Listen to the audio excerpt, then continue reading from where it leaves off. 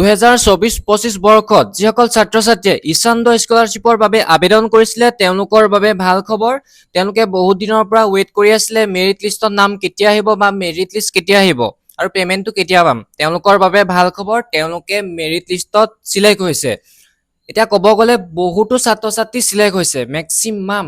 ইয়াতে লিখা আছে সিলেক্টেড ফৰ স্কলাৰশ্বিপ অবলিক মেৰিট। তাতে ইয়েছ বুলি বহুত ষ্টুডেণ্টৰ আহিছে, নহা অকল খুব কম আছে, মানে যাৰ নো আছে খুব কম আছে, তাৰো চাগে অলপ পিছত ইয়েছ হৈ যাব। এইটো কিবা NSP ৱেবছাইটৰ কিবা গ্লিটছ নেকি, কিবা প্ৰব্লেম হৈ আছে নেকি?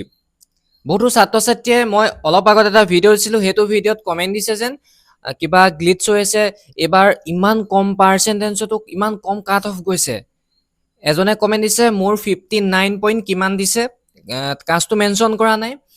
তেখেতৰো মেৰিট লিষ্টত ইয়েছ আহিছে। কি কাৰণে ইয়েছ আহিছে? এইটো হয়তো চাগে NSPৰ প্ৰব্লেম হ'ব পাৰে আৰু কিবা গ্লিটছ হৈ আছে। এইটো কথা মই কোৱা নাই, বহুতো ছাত্ৰ-ছাত্ৰীয়ে কৈছে। এইখিনি কথা আজি আলোচনা কৰিম। আৰু পেমেণ্টটো কেতিয়া পাবা? যাৰ যাৰ মেৰিট লিষ্টত চিলেক্ট হৈছে, ইয়েছ আছে, তেওঁলোকে আকৌ পিছত যেতিয়া বোলে কিবা গ্লিটছ হৈছিলে, কিবা বোলে ভুল হৈছিলে, আকৌ যদি তেওঁলোকে কাৰেকশ্যন কৰে, তেওঁলোকৰ বস্তুটো ইয়েছটো ন' হৈ যাব নেকি? সকলোখিনি কথা এইটো ভিডিঅ'ত ক'ম। তোমালোকে ভিডিঅ'টো শেষলৈকে চাবা। স্কিপ যদি কৰি চোৱা, বুজি নাপাবা, পিছত তোমালোকে কমেণ্ট দি সুধি থাকিবা। ঠিক আছে, ব'লা তেন্তে আমি ভিডিঅ'টো আৰম্ভ কৰিছোঁ। তোমালোকে এনেকুৱা ধৰণৰ ভিডিঅ' চাবৰ বাবে চেনেলটো ছাবস্ক্ৰাইব কৰিবা। আৰু যিহেতু মই দোকানত চবকে অনলাইন কৰি দিওঁ, যোৱা বছৰ বহুতো ষ্টুডেণ্টক দোকানত অনলাইন কৰি দিছিলোঁ, তেওঁলোকেও মেৰিট লিষ্টত চিলেক্ট হৈছে। আৰু এইবাৰতো বহুত ষ্টুডেণ্টক কৰি দিছোঁ। কি কাৰণে এইবাৰ ইমান কম কাট অফত ইয়েছ আহিছে, মেৰিট লিষ্টত চিলেক্ট হৈছে, সকলোখিনি কথা আজি আমি এইটো ভিডিঅ'ত ধাৰণা কৰিম। ঠিক আছে, ব'লা তেন্তে আমি ভিডিঅ'টো আৰম্ভ কৰিছোঁ। মই অলপ আগত দিয়া ভিডিঅ'টোৰ পৰাই দুটামান কমেণ্ট ল'ম। কৈছে আই থিংক গ্লিটছ হে, অল ষ্টুডেণ্ট কা য়েছ হে, ইটছ NSP ৱেবছাইট গ্লিটছ। হ'ব পাৰে। তাৰ পাছত আৰু কৈছে যেন ৱেবছাইটৰ কিবা গ্লিটছটো বহুত কম পাৰ্চেণ্টেজটো য়েছ আহিছে। তাৰ পাছত কৈছে দাদা বহুতে কৈ আছে কিবা ভুল হৈছে বুলি, মানে কাট অফ বহুত কম আহিছে এইবাৰ, গতিকে কিবা কনফিউজ হৈ আছো দাদা। মোৰো য়েছ আহিছে বাৰু। ডপাৰবোৰে পায়নে? 1 year ড্ৰপ দি এইবাৰ ডিগ্ৰী এডমিশ্যন ল'লে। বহুতে আৰু যোনে ড্ৰপাৰ হয় তেওঁ কমেণ্ট দিছে মই লৈছিলোঁ, য়েছ আহিছে। যিজন ড্ৰপাৰ আছিলে কেণ্ডিডেট, তেখেতৰো য়েছ আহিছে। মানে তোমাৰ যিসকল ডপাৰ আছে এবছৰ হ'লে মানে পায়, মোৰ জনামতে এবছৰ হ'লে পায়, কিন্তু 2 বছৰ হ'লে মানে নাপায়। আমি NSP স্কলাৰশ্বিপ যেতিয়া দোকানত অনলাইন কৰোঁ, 2 বছৰ হ'লে মানে স্কিমটো মানে নোলায়, শ্ব' নকৰে। 1 year হ'লে পায় কিন্তু দেই। তাৰপাছত এইখিনি কথা চবৰে য়েছ আছে, কাৰোবাৰ ন' আছে নেকি বুলি সুধিছে।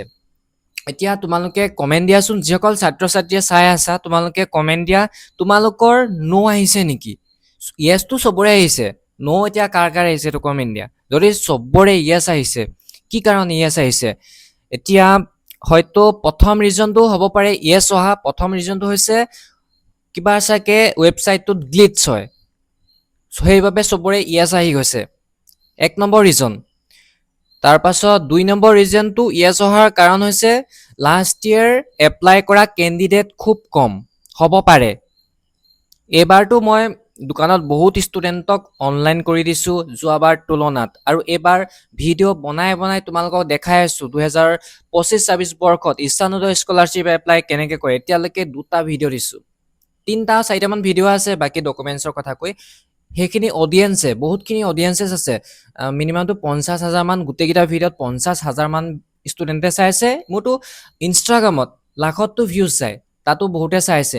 সেইবাবে এইবাৰ 2025-26 বৰ্ষত এপ্লাই কৰা কেণ্ডিডেট বহুত বেছি হ'ব যোৱাবাৰ তুলনাত।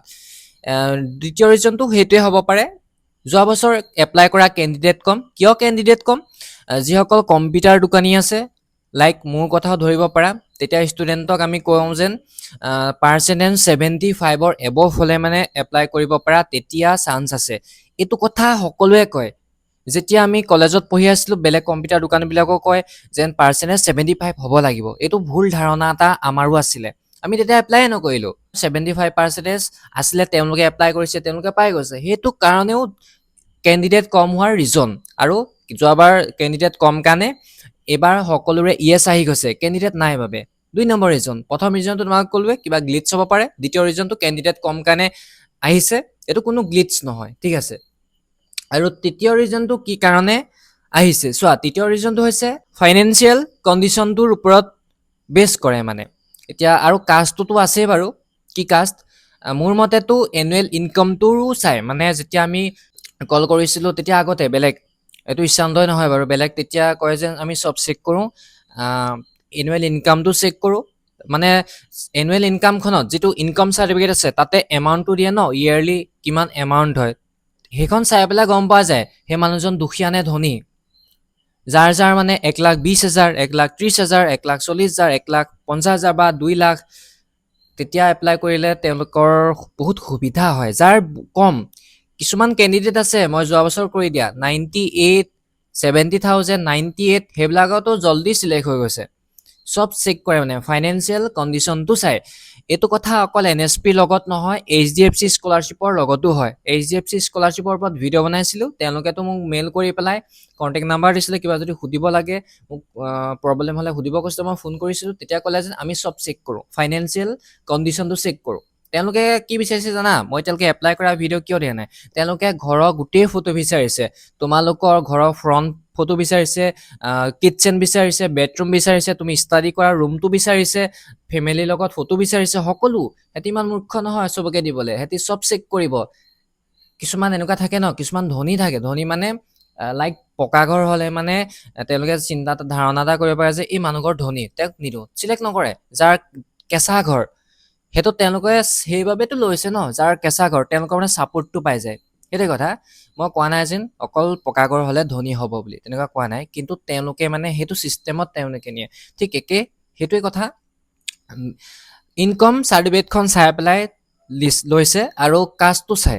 তোমালোকেতো জানাই, সকলোৱে জানে, আমাৰ এতিয়া চাকৰি এপ্লাই কৰাৰ ক্ষেত্ৰত হওক, কিবা চিলেক্ট কৰাৰ ক্ষেত্ৰত হওক, কাষ্টটো বহুত মেটাৰ কৰে। তোমালোকে যদি কমেণ্ট কৰা বোলে কাষ্ট মেটাৰ নকৰে, কিন্তু কাষ্ট চবতে মেটাৰ কৰে। তোমালোকেতো মনত ৰখা উচিত, তোমালোকে চাকৰি কৰিবলৈ গ'লেও, তোমালোকে কিবা এটা এডমিশ্যন ল'বলৈ গ'লেও অকল কাষ্টটো চাই। জেনেৰেলৰ কাট অফ বহুত বেছি, OBC তাৰ তুলনাত কম আছে, OBC তুলনাত SC বা ST কম আছে, সেই তেনেকুৱা ধৰণৰ।